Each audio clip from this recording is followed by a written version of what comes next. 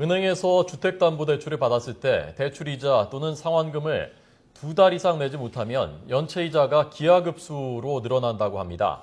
그런데 은행들이 이런 사실을 제대로 설명을 해주지 않아서 정작 소비자들은 모르는 경우가 많습니다. 전준영 기자가 보도합니다.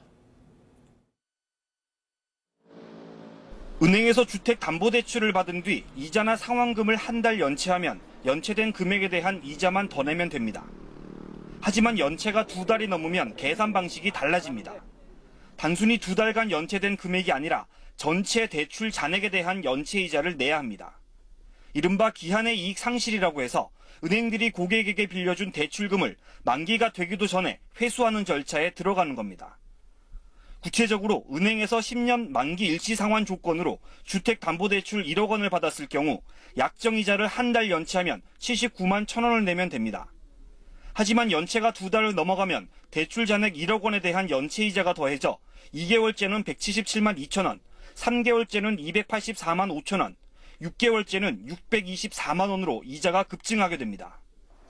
하지만 시중은행들이 이 같은 연체이자 계산 방법을 제대로 알리지 않아 소비자들은 과도한 연체이자를 부담할 수 있다는 사실을 알기 어려운 실정입니다.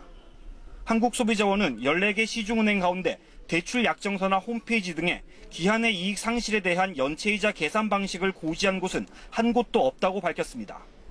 이렇다 보니 지난 3년간 한국소비자원에 접수된 주택담보대출 관련 상담도 절반 정도가 이자와 관련된 불만이었고 특히 과도한 연체이자에 대한 불만이 가장 많았습니다. 소비자원은 은행들이 주택담보대출 연체이자에 대한 주의사항과 계산 방법을 채무자에게 구체적으로 고지하고 설명하도록 금융당국에 요구하기로 했습니다. 특히 주택담보대출은 채권 확보 수단이 명확하고 장기간에 걸쳐 상환이 이루어지는 만큼 연체이자를 적용하는 기간과 방식도 합리적으로 개선하도록 건의할 방침입니다.